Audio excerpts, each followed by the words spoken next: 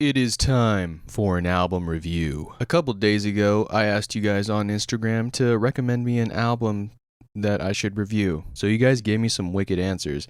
And you guys know I'm a big Hum fan. And I honestly found it kind of surprising you guys wanted me to review Downward is Heavenward. And some of you guys may be watching this and being like, bro, you totally didn't get that many responses saying to review this album. But I promise, please believe me. And I'm for real. I was surprised that a lot of people wanted me to review that specific album because I would think maybe their 1995 glorious Green Zebra album, you'd prefer an astronaut. I am not complaining whatsoever. So that's what today's video is going to be about. Downward is Heavenward review, album review. Before I get into the video, please like and subscribe and comment down below what album I should review next, because I feel like I don't really talk too much into detail about music the way a lot of people would like, maybe. And this is a perfect time to talk about freaking beautiful music, in my opinion, and give you guys some wicked details, give you guys the whole shebang. Alexa's right next to me, and I'd move the camera to show you guys, but I don't want to misplaced my camera. She told me to tell you guys that she wants a Downward is Heavenward tramp stamp butt cheek tattoo or above her lady parts, which is pretty wild, but okay. Isle of the Cheetah kind of gives me the same vibes as the first song on You'd Prefer an Astronaut, Little Dipper. It kind of gave me that spacious, overall spacey sound that Hum provides all the time, and I just didn't realize how similar it felt.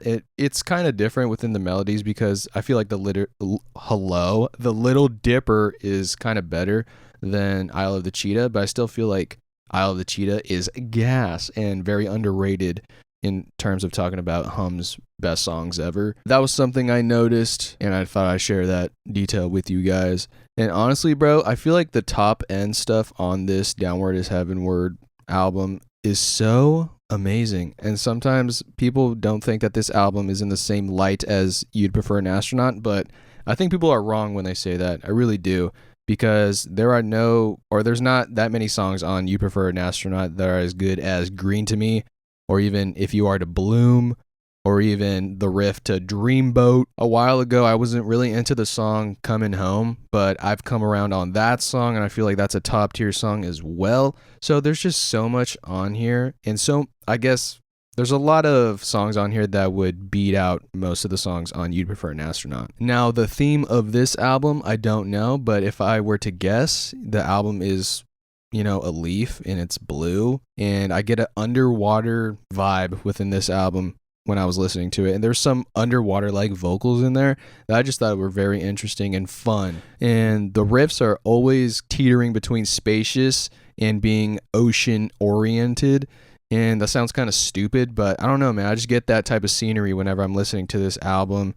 And oh man, dude, it's really good. I should talk about lyrics now, and I don't know if you guys know this, but I have a magazine that has a Hum interview from like 1995, that type of era. So You'd Prefer an Astronaut age type of era. And one of the interesting things that lead singer Matt Talbot, I feel like I say that wrong all the time, but whatever. One of the interesting things that he said was that he wrote the song I Hate It Too while he was at a hot dog stand or something like that. So it was just like, it comes to him last. First it's the music, and then the lyrics are always last, which I find interesting. So I kind of use that point of view whenever I'm listening to Hum albums. So when I listen to Downward is Heavenward, I have that in my brain, and sometimes it's clear that that is the case. And what I mean by that is that some of the songs towards the end, probably not my favorite. It feels like a journal entry sometimes, and I don't mind that within songs because, it's feelings and emotions and a bunch of stuff,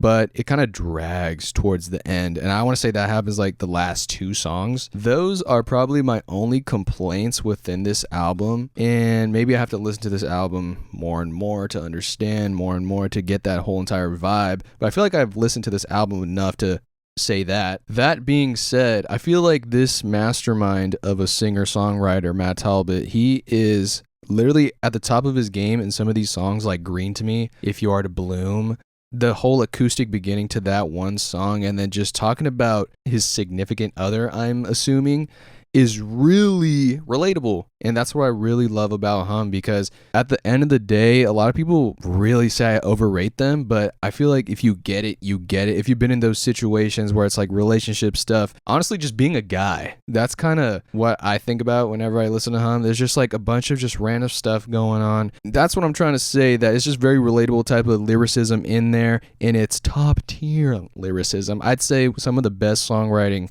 not ever, but some of the best songwriting in Hum's history is on this album. Within a couple songs, there's a bunch of, it's that corny type of love that, or crush that you've had in whatever grade when you were younger.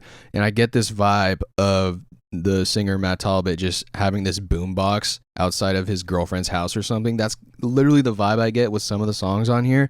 And some people might find that corny, cheesy, boring, whatever. I find it entertaining, and I'm like, bro, I would literally do that for my Alexa. If I were to move on and talk about the instrumentals, we already know what goes down with Hum and their guitar tone, with their destruction, and even with their very slow acoustic moments, like I said in that one song, If You Are to Bloom. And bro, the riff to Dreamboat, I mentioned it earlier, utterly ridiculous, probably in Hum's top 5 riffs that they've ever created. I tried playing that. It's not that complicated if you're into guitar, but I suck, kinda. I'm like mid. I'm mid. So, you know, it was kind of at that upper echelon where I'm like, damn, this dude is going ham on this guitar, and it's such a freaking wonderful sound to hear. And the riff from Green to Me, how could I forget that? It instantly hits you in the face.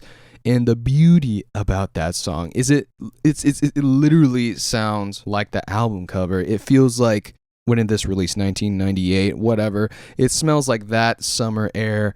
I can smell the cold breezes of the 90s when I'm listening to this album. And dude, I love it. I love it, especially that song. I could listen to Green to Me forever, and I wouldn't get bored of it. So, as many of us Hum fans know, Matt Talbot became a English teacher or something like that. And you could totally tell that this was an album created by some kind of teacher. Honestly, a science teacher would be more specific. But whatever teacher he was, dude, this is exactly what I would imagine my English teacher, science teacher, history teacher even, to create this type of album and just keep it within the depths of his lore. And I wouldn't find out till later that, my teacher wrote that shit. So, yeah, man, this freaking album has so many moments, so many highs in there. Definitely has some lows or mid-tier moments, which you can't be perfect all the time. Like I said, I would say that You'd Prefer an Astronaut ends the album better, and Downward is Heavenward doesn't really have that high send-off, which is fine, because it starts off so freaking strong. The theme, like I said, very ocean or water based, fish based. Whenever I talk about albums and I review them, I don't really give it a score at the end. I just kind of give you my overall vibe check and my overall points. So that's what I'm going to do again. Maybe I should convert to a point system or a star system, whatever. I would say that the first 8 songs on this album are freaking awesome. No lie, man. Just straight truth. But then the last 2 songs, I want to say, kind of fall off a little bit. The songwriting on here, pristine, clean, Green to Me, Miss Lazarus, If You Are to Bloom, Afternoon with the Axolotls, bangers, Dreamboat, underwater bangers. Let me know if you guys agree, disagree, or whatever. Are you guys surprised that I actually had some, negative things to say about this album? Because a lot of people I just think they're the most perfect band ever. And I know they're not. I'm realistic. But to me, they're my favorite band ever. And there's so many great songs within their catalog. I think that their most recent album had a bunch of bangers as well. Maybe I'll review that in the future. Let me know if I'm tripping. Do you agree, disagree, whatever? That is my album review for Downward is Heavenward. I believe I gave you some nice words and points about this album. So please like and subscribe. Keep the music alive. Downward is Heavenward till I die. I forgot to mention Alexa has a YouTube channel now. So if you like clothes and pretty videos, subscribe to her channel. I'll plug it in the link down below. Description. Polka dot pigeon. I know. They don't know. It's polka dot pigeon.